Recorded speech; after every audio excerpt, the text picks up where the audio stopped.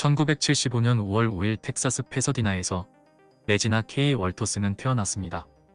그녀보다 4살 많은 남자친구인 니키는 어렸을 때 형제들과 함께 집에서 쫓겨났고 아동보호 서비스에서 자랐습니다.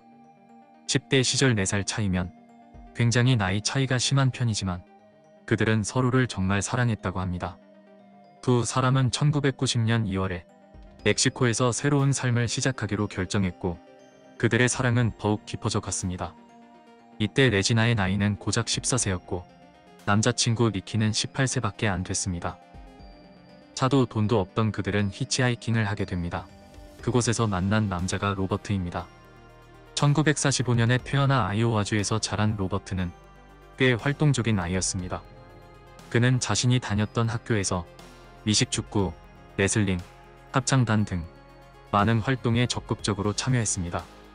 하지만 1961년부터 불량한 짓을 하기 시작하더니 16세와 17세 때는 체포되기도 합니다. 1964년 그가 고등학교를 졸업한 뒤 바로 해병대에 입대했습니다. 하지만 같은 해 그의 아버지는 성폭행 혐의로 체포되어 재판을 받기 전에 스스로 목숨을 끊었습니다. 그리고 1968년 로버트는 강도 사건에 연루되어 불명예제대를 했습니다. 그는 제대 후 대학도 다녔으나 중퇴했습니다. 이후 재입대를 시도했지만 과거 불명예제대를 했다는 이유로 그의 시도는 헛수고였습니다. 1970년대 후반에 그는 결혼하여 가정을 꾸리게 됐고 그는 슈퍼마켓, 레스토랑 등에서 일자리를 구하다가 결국 장거리 트럭 기사가 됐습니다. 그가 범죄를 저지른 것은 1970년대부터라고 알려져 있습니다. 희생자는 약 50명 정도였으며 그는 희생자들을 살해하기 전에 사진을 찍기도 했습니다. 하지만 확인된 첫 번째 희생자는 1990년 1월입니다. 패트리샤와 그의 남편 더글라스였습니다. 신혼부부인 그들은 1989년 11월 시애틀을 떠나 기독교 복음을 전파하면서 조지아로 히치하이킹을 하고 있었습니다. 텍사스에서 그들을 태운 로버트는 더글라스를 즉시 죽였습니다.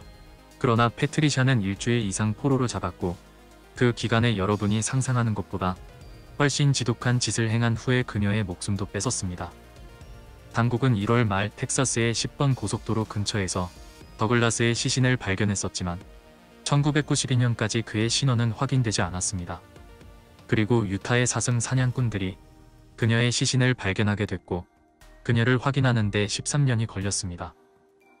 패트리샤 더글라스 부부가 살해되고 한 달 뒤 레지나와 남자친구 니키는 함께 히치하이킹을 하고 있었습니다. 1990년 2월 로버트가 그들을 트럭에 태웠습니다. 니키는 즉시 살해당했습니다. 그는 그녀를 포로로 잡은 시점부터 여러 장의 사진을 찍었습니다.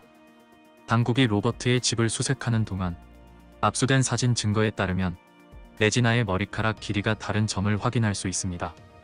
이것은 레지나는 꽤 오랜 시간 동안 로버트에게 붙잡혀 있었다는 것을 증명하게 됩니다. 참고로 레지나의 머리카락이 잘랐을 때 로버트는 그녀의 부모님에게 전화하여 레지나의 머리카락을 짧게 잘랐다고 딱 한 번 전화를 걸었다고도 합니다. 로버트가 14세인 레지나를 살해하기 전에 찍은 마지막 사진 중 하나입니다. 낚싯바늘과 기타 여러 가지 도구로 그녀를 고문한 후 로버트는 레지나의 마지막 사진을 찍었습니다. 그 후 그는 그해 9월에 발견된 일리노이주 70번 국도의 헛간에 그녀의 시신을 버렸습니다. 로버트는 1994년 레지나 살해 혐의로 유죄 판결받아 일리노이에서 종신형을 선고받았습니다. 그가 형을 살기 시작한 후 그는 범행에 대해 자백하기 시작했습니다. 그는 레지나와 선교사 부부에 대한 유죄를 인정했습니다. 그 이유는 단순히 사형을 피하고 종신형을 선고받기 위해서였습니다. 당시 그 사건을 맡았던 스티브 지방검사는 평생 검사를 하면서 이렇게 지독하고 악한 사람은 법정에서 처음 느껴봤다고 했습니다. 수년에 걸쳐 이 사건을 담당했던 다른 검사와 경찰들도 그와 똑같이 느꼈다고 합니다. 하지만 당국은 그가 레지나와 선교사 부부들 이전에도 수십 명의 여성을 살해했다고 의심했습니다. 당국은 그가 약 15년간 트럭 운전기사로 일했던 것을 토대로 그의 운송 기록과 교차 조사하여 그가 약 50건 이상의 살인과 연관됐음을 알게 됐습니다. 그의 트럭은 확실히 이 범행을 위해 적합했습니다. 그의 트럭에는 쇠사슬이 묶여 있었고 수갑도 발견됐습니다. 그리고 체인, 채찍, 목줄 등을 포함해 상상하기도 끔찍한 물건들이 발견됐습니다. 그러나 그의 증언도 없었고 확실한 증거도 없이 그가 정말로 수십 명의 피해자를 만들었다는 것을 증명할 수는 없었습니다. 2015년 법 집행기관은 로버트의 트럭 안에서 사진을 찍힌 여성을 페이스북에 업로드했습니다. 이 사진은 로버트의 자택에서 발견된 것이었고 당국은 이 여성이 또 다른 희생자라고 생각하고 그녀의 신원을 찾기 위해서였습니다. 그러나 파멜라라는 캐나다 여성이 그 사진의 젊은 여성이 본인이라는 것을 알게 됐습니다. 파멜라는 그의 트럭에 탔을 때 본인의 오빠를 찾기 위해 히치하이킹을 했다고 했습니다. 사진을 보면 그녀가 겁에 질린 모습은 아닙니다.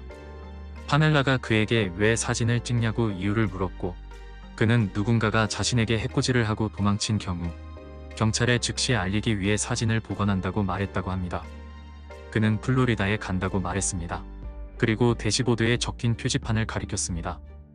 거기에는 현금, 대마초 또는 엉덩이가 적혀 있었습니다.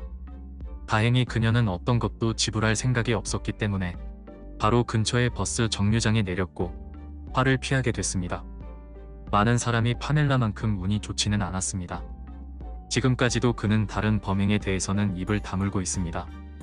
현재 70대 후반이 된 로버트는 일리노이주의 교도소에서 가석방 가능성이 없는 종신형을 복역 중입니다.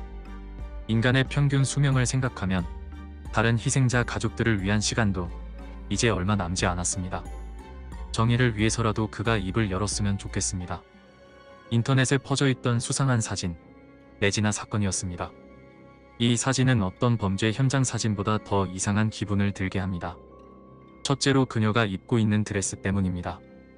예쁜 구두를 신고 금방 저녁 약속이나 어떤 행사에 나갈 차림새지만 상체 쪽에 금방 풀어질 것 같은 단추가 제대로 잠기지 않은 것은 상당히 거슬립니다. 둘째로 그녀가 얼마나 무방비하고 취약한 상태인지 느낄 수 있습니다.